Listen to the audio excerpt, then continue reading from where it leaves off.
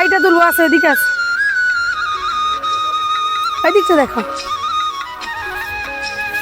এটা দেখো, এই যে দেখো মাছ ডাটা,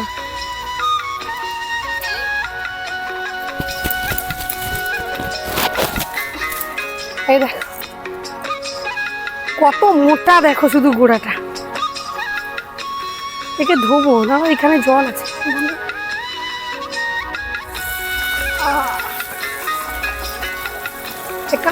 কাদাগুলো না ধুলে এই মাছি ডাঁটা দিয়ে আমচুর দিয়ে টক করতে হবে, চিংড়ি মাছ দিয়ে, দারুণ লাগে।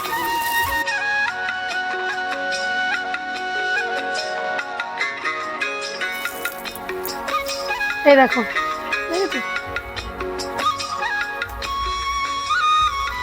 এই চাপাসি, এই চাপাসি, এই চাপাসি, ওই চাপাসি, রে বাবা রে।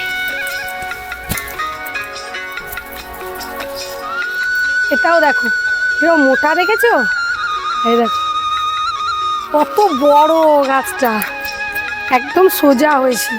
একেও ধুই, আর কত সবজি তুলেছে আমি দেখাবো, দাঁড়াও।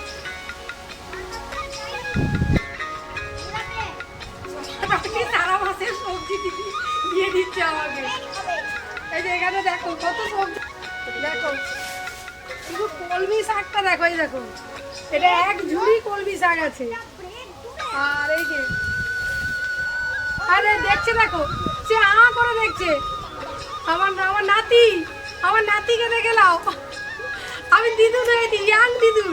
এই যে দেখো এটা আছে, এটা মিলনের, এটা আর এই যে এত লাউ ডাঁটা, দেখো এটা ভর্তি ব্যাগ, কত বেগুন আছে, দেখালাম না কত বেগুন।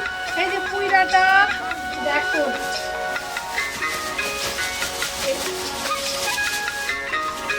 আমি এইগুলোই খেতে ভালোবাসি। কত টাটকা টাটকা বেগুন, ভেন্ডি, এই দেখ আমার গাছও নিয়েছি, এই যে ভেন্ডি গাছ, চাল কুমড়া গাছ, এই দেখ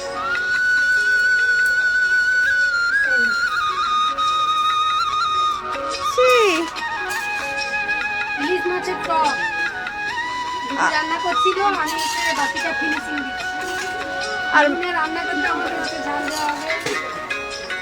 ইলিশ মাছগুলো কত বড় তোমার একটু দেখা যাবে।